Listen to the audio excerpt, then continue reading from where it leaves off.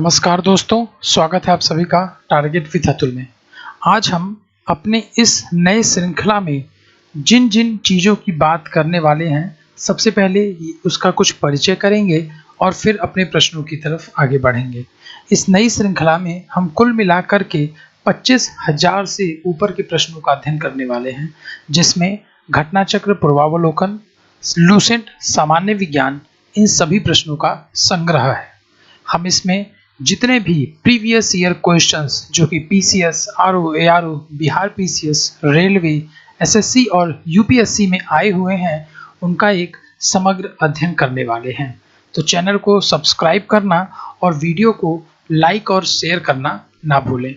Video में इन questions को हम क्विज फॉर्म में देखेंगे। तो चलिए सबसे पहले बात करते हैं पहले क्वेश्चन की।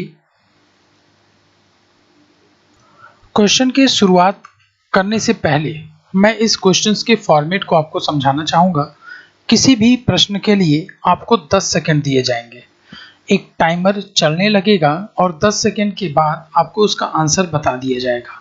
तो ये करना अच्छा होगा कि आप वीडियो को पे जब भी नया प्रश्न आए, वीडियो को रोक करके आप उसके सही आंसर्स को खुद से देने का प्रयास करें।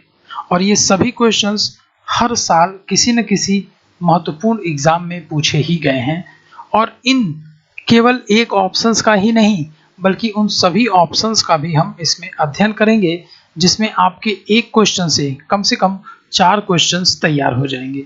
तो पहला क्वेश्चन है हमारा, फूलों के अध्ययन को क्या कहते हैं, और टाइमर हमारा स्टार्ट हो जाएगा। ऑप्शंस हैं फ्रेनोलॉजी, एंथ्रोलॉजी, एग्रोस्टोलॉजी और पैलोनोलॉजी। ओके, ऑप्शंस आपने देख लिए होंगे, तो टाइम आपका खत्म होने वाला है। हमारा जो करेक्ट आंसर है वो है एंथ्रोलॉजी। ओके, ना केवल एंथ्रोलॉजी पे डिस्कस करना है बल्कि इन सभी ऑप्शंस पे, जैसे कि फ्रेनोलॉजी क्या है, तो ये मस्तिष्क के विभिन्न भागों की क्रियाशीलता का विक्षिप्तता का अध्ययन करता है, मतलब मस्तिष्क के विभिन्न भागों की क्रियाशीलता का अध्ययन। दूसरा है एग्रोस्टोलॉजी, इसमें हम घास के से संबंधित अध्ययन करते हैं। और हमारा जो लास्ट था पैलिनोलॉजी, इसमें विभिन्न प्रकार के परागकणों का अध्ययन होता है। दूसरा प्रश्न है, दूसरे प्रश्न आते ही स्लाइड शुरू हो जाएंगे। और कीटों के वैज्ञानिक अध्ययन को क्या कहते हैं? ऑप्शंस हैं ichthyology, entomology, parasitology and malacology. Malacology. Time's up. Okay, आपका करेक्ट आंसर जो है वो है एंटोमोलॉजी। इसके अलावा हमारा जो पहला ऑप्शन था इक्थियोलॉजी, इक्थियोलॉजी में मत्स्य की संरचना, जो कारिकी इत्यादि का इसमें अध्ययन किया जाता है। दूसरा ऑप्शन हमारा है पैरिस्टियोलॉजी, परजीवी जीवों का अध्ययन इसमें किया जाता है। और लास्ट ऑप्शन मैलेकोलॉजी, मैलेकोलॉजी में मोलस्का और इनके खोलों का अध्ययन इसमें किया जाता है। अब हमारा है तीसरा प्रश्न, निम्नांकित विषयों में से कौन सा विषय जनसंख्या एवं मानव जाति के महत्वपूर्ण आंकड़ों को अध्ययन से संबंधित है, आंकड़ों के अध्ययन से संबंधित है? वीडियो को पॉज करिए, अपने आंसर्स को दीजिए और कमेंट में आपने कितने आंसर्स सही किए हैं उनका भी जवाब देना ना भूलें। हमारा पहला ऑप्शन, हम टाइमर को स्टार्ट करते हैं। हमारा पहला ऑप्शन है आनुवांशिकी, दूसरा जनांकिकी, वायरस विज्ञान, तीसरा और लास्ट ऑप्शन है पारिस्थितिकी विज्ञान। हमारा टाइम यहाँ पे अप होता है और करेक्ट आंसर जो है वो है जनांकिकी। अब अगर हम अदर ऑप्शंस की बात करें, जननांकी या जनसांख्यिकी में इन चीज़ों का अध्ययन किया जाता है, मानव जनसंख्या एवं मानव जाति का। आनुवांशिकी में हम जीवों की आनुवांशिक लक्षणों तथा वंशागति का अध्ययन करते हैं। वायरस विज्ञान, इसमें विषाणुओं का अध्ययन किया जाता है, वायरस का।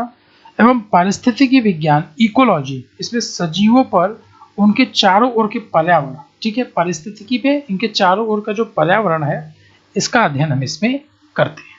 अब चलते हैं अपने नेक्स्ट स्लाइड की तरफ। ओके, विभिन्न संस्कृतियों के वैज्ञानिक विवरण के तुलनात्मक अध्ययन को कहते हैं। विभिन्न संस्कृतियों के वैज्ञानिक विवरण के तुलनात्मक अध्ययन को कहते हैं? ऑप्शंस आर इथेनोलॉजी, इथनोलॉजी, इथनोग्राफी और हमारा लास्ट ऑप्शन है एथिक्स। टाइम आपका यहाँ पे खत्म होता है। हमारा जो करेक्ट आंसर है वो है इथनोलॉजी। इथनोलॉजी में हम सांस्कृतिक के विभिन्न जो संस्कृतियों के वैज्ञानिक विवरणों का तुलनात्मक अध्ययन करते हैं। अब आइए अदर ऑप्शंस की बात करें। इथोलॉजी, इथोलॉजी में मानव सहित सभी जंतुओं के व्यवहार का अध्ययन होता है। इथनोग्राफी में आपके विशिष्ट संस्कृति का अध्ययन किया जाता है, किसी विशिष्ट संस्कृति का अध्ययन किया जाता है। और एथिक्स ये क्या होता है? नीति शास्त्र है, मतलब नैतिक आचार तथा कर्तव्य का मनोवैज्ञानिक अध्ययन एथिक्स में किया जाता है। अब बढ़ते हैं अपने नेक्स्ट क्वेश्चन की तरफ। जैविक जगत में होने वाले कार्य, गुण व पद्धति के अध्ययन के इस ज्ञान को मशीनी जगत में उपयोग करने को क्या कहते हैं? क्वेश्चन हम फिर से रिपीट करेंगे और हमारा टाइमर स्टार्ट हो जाएगा। जैविक जगत में होने वाले कार्य, गुण व पद्धति के अध्ययन के इस ज्ञान को मशीनी जगत में उपयोग करने को क्या कहते हैं? ऑप्शंस आर बायोनिक्स, बायोनिक्स है, biometry, bionomics and बायोनोमी। Times up. Answer जो हमारा करेक्ट है वो है बायोनिक्स। बायोनिक्स में हम जैविक जगत में होने वाले कार्य, गुण एवं पद्धति का एवं अजैव तंत्र का इसका जो प्रयोग किया जाता है इसका अध्ययन होता है बायोनिक्स में। बायोनोमिक्स, इसमें हम जीवधारियों का उनके वातावरण के साथ संबंध का अध्ययन करते हैं। ठीक है, जीवधारियों का वातावरण से संबंधित ये क्वेश्चन आया है RSPT 1994 में। ये क्वेश्चन प्री में पूछा गया है, तो पुराना प्रश्न है लेकिन ये रिपीट हो सकते हैं। और उसके बाद ये देखिए दूसरी बारी आया है उत्तराखंड PCS। उत्तराखंड PCS में भी ये 2004 में आया है। तो रिपीट क्वेश्चंस होते हैं जो कि सेलेक्टेड क्वेश्चंस हैं। बायोनोमिक्स में हम जीवधारियों या उनके वातावरण का संबंध है उस पर अध्ययन करते हैं। बायोनोमी में जीवन के नियमों का अध्ययन करते हैं बायोनोमी में। और लास्ट जो है हमारा बायोमेट्री, इसमें गणित एवं सांख्यिकी के तकनीकों द्वारा जीव विज्ञान का अध्ययन करते हैं। नेक्स्ट क्वेश्चन है हमारा पैलियो वनस्पति के अंतर्गत अध्ययन करते हैं। पैलियो वनस्पति के अंतर्गत अध्ययन करते हैं। टाइमर स्टार्ट है। ऑप्शंस आइए जल्दी से देख लेते हैं। फफूंदी का, पादप जीवाश्मों का, शैवाल का एवं जंतु जीवाश्म का। Times up. आंसर इज पादप जीवाश्मों का हम पैलियो वनस्पति में अध्ययन करते हैं। नेक्स्ट क्वेश्चन है हमारा रेशम कीट पालन को कहते हैं। रेशम कीट पालन ये कई बार SSC कई तरीके के एग्जाम्स में क्वेश्चंस पूछे जा चुके हैं। अब यहाँ पे आप देखोगे कि एक सेलेक्टेड क्वेश्चन है जो कि आपको हर दूसरे या तीसरे एग्जाम में देखने को मिलेगा। रेशम कीट पालन हमारा जो इसमें टाइम हम यहाँ स्टार्ट करते हैं और फिर से क्वेश्चन को जल्दी से रिपीट करते हैं। रेशम कीट पालन हमारे जो ऑप्शंस हैं apiculture, horticulture, sericulture and floriculture. Options आपने पढ़ लिए होंगे। आपका जो टाइम है वो अब यहाँ समाप्त होता है। करेक्ट आंसर हमारा है सेरिकल्चर। तो आइए अदर ऑप्शंस पे डिस्कस करें। एपीकल्चर में हम व्यापारिक स्तर पर शहद उत्पादन तथा फसलों के परागकण हेतु मधुमक्खी पालन। एपीकल्चर आप ऐसे याद रखिए, मधुमक्खी पालन। हार्टिकल्चर पुष्प एवं फल देने वाले पौधों का अध्ययन करते हैं। एंड फ्लोरिकल्चर इसमें हम सजावट के लिए काम आने वाले पुष्पों का अध्ययन करते हैं। क्वेश्चन है हमारा नेक्स्ट, लेक्सिकोग्राफी का संबंध है किससे है? लेक्सिकोग्राफी का संबंध किससे है? ऑप्शंस हैं शब्दकोश के संयोजन से, मानव शरीर के संरचना से, गुप्त लिखावट से और चित्र और मॉडल के द्वारा पढ़ाने से। Times up. Correct answer is शब्दकोश के संयोजन से। अब बढ़ते हैं अपने 9वें प्रश्न की तरफ। सब्जी के लिए काम आने वाले पौधों के अध्ययन को कहते हैं। सब्जी के लिए, ठीक है। हमारे ऑप्शंस हैं, सब्जी के लिए काम आने वाले पौधों को के अध्ययन को क्या कहते हैं? हार्टिकल्चर, फ्लोरिकल्चर, ओलेरिकल्चर और पोमोलॉजी। हमारा ऑप्शंस आपने पढ़ लिया होगा। टाइम्स आपका यहाँ पे समाप्त होता है। हमारा करेक्ट आंसर है ओलेरोकल्चर, ठीक है। इसके अंतर्गत हम सब्जी के लिए काम आने वाले पौधों हम उनके उत्पादन का अध्ययन करते हैं। नेक्स्ट क्वेश्चन है, विटीकल्चर के द्वारा निम्नलिखित में से कौन सा उत्पादित होता है? विटीकल्चर में आप ऐसे समझते हैं कि इसमें हम क्या उत्पादन इसमें किया जाता है। हमारे ऑप्शंस हैं, विटीकल्चर में उत्पादन की बात की जा रही है। ऑप्शंस आर अंगूर, शहद, सिल्क और केचुए। हमारे करेक्ट आंसर जो हैं, आइए देखते हैं। टाइम्स आपका यहाँ पे, अब आंसर हमारा जो होगा वो होगा अंगूर। ओके, अब बढ़ते हैं हम अपने अगले प्रश्न की तरफ। क्वेश्चन नंबर 11, कीट संवर्धन क्या है? कीट संवर्धन, ऑप्शंस आर जंतुओं के अध्ययन करने का विज्ञान, मछलियों के अध्ययन करने का विज्ञान, कीटों की वृद्धि करने का विज्ञान एवं कीटों को मारने का विज्ञान।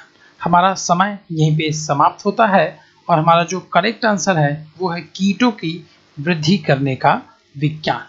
ऑप्शन बी, कीटों की वृद्धि, यहाँ पे सही ऑप्शन है। वर्मी कल्चर के में प्रयुक्त वर्म होता है। वर्मी कल्चर में प्रयुक्त वर्म होता है tape worm, thread worm, silk worm और अर्थवर्म। देखिए, वर्मी कल्चर में जो करेक्ट आंसर जो है वो हमारा होगा,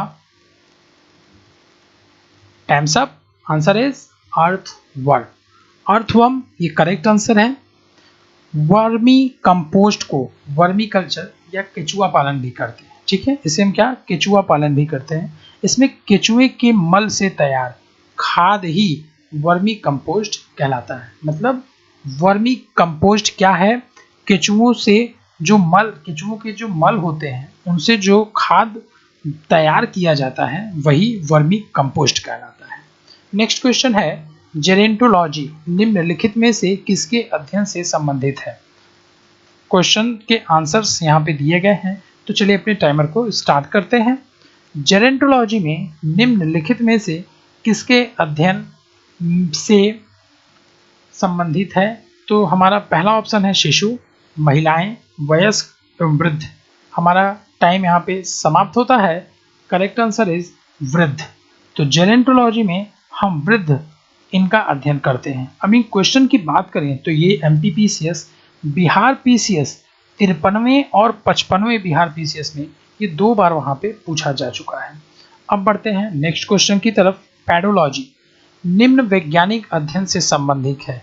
पैडोलॉजी निम्न वैज्ञानिक अध्ययन से संबंधित है। ऑप्शंस आर वायुमंडल, मिट्टी, प्रदूषण और बीज। आपका टाइम यहाँ पे समाप्त होता है। हमारा जो करेक्ट आंसर है वो है मिट्टी। पैडोलॉजी में हम मिट्टी के बारे में अध्ययन करते हैं। नेक्स्ट क्वेश्चन है, अस्थियों का अध्ययन विज्ञान की किस शाखा के अंतर्गत किया जाता है? Timer start.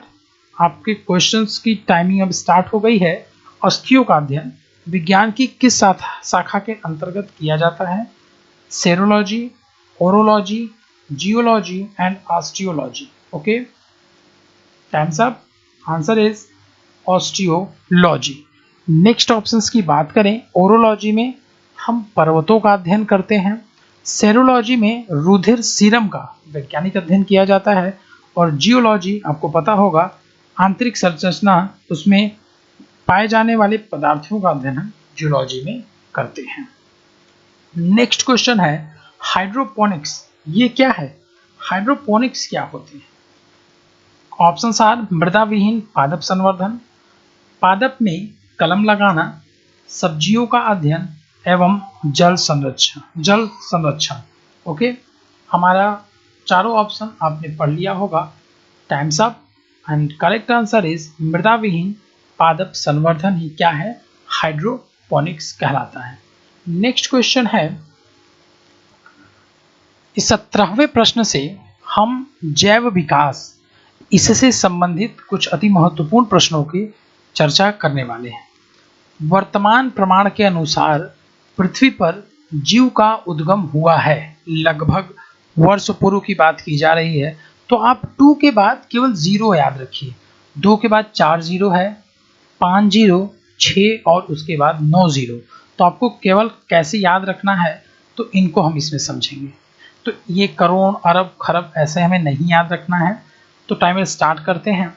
वर्तमान प्रमाण के अनुसार पृथ्वी पर जीव का उद्गम हुआ है लगभग 240 वर्ष पूर्व, 25 वर्ष 0 पूर्व, 26 वर्ष पूर्व एंड 29 वर्ष पूर्व। Times up and correct answer is 290 लगाना है वर्ष पूर्व, ये हमारा करेक्ट आंसर है। पृथ्वी पर सबसे पुराना जीव कौन सा है? पृथ्वी पर सबसे पुराना जीव, तो इसमें चलिए स्टार्ट करते हैं अपने टाइमर को। पृथ्वी पर सबसे पुराने जीव में जो ऑप्शंस दिए गए हैं वो है नील हरित शैवाल, कवक, अमीबा और युगलिना। तो हमारा जो करेक्ट आंसर होगा वो टाइम्स अप होते ही आ जाएगा। हमारा करेक्ट आंसर है नील हरित शैवाल। ओके, करेक्ट आंसर आपको पता चल गया होगा। और ये यूपीपीसीएस में 2 बार इस प्रश्न को पूछा जा चुका है।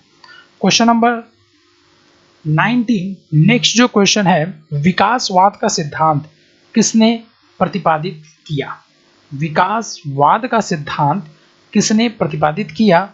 Options are Spencer, Darwin, Wallace और हक्सले ने। ठीक है, तो इसका करेक्ट आंसर टाइम्स अप होते ही आपको दिखेगा। Answer is Darwin. डार्विन ने विकासवाद का सिद्धांत का प्रतिपादन किया था। क्वेश्चन नंबर 20 जीव विकास को सर्वप्रथम किसने समझाया था? जीव विकास को सर्वप्रथम किसने समझाया था? Options are Lamarck, Einstein, Darwin and Newton. Lamarck, Einstein, Darwin, Newton. Correct answer is, I hope आपने बता दिया होगा, Lamarck is right answer. Next question, question number 21। यहाँ मैं आपको बताना चाहूँगा कि अगर वीडियो आपको पसंद आ रहे हैं तो चैनल को सब्सक्राइब करना, वीडियोस को लाइक और शेयर करना ना भूलें।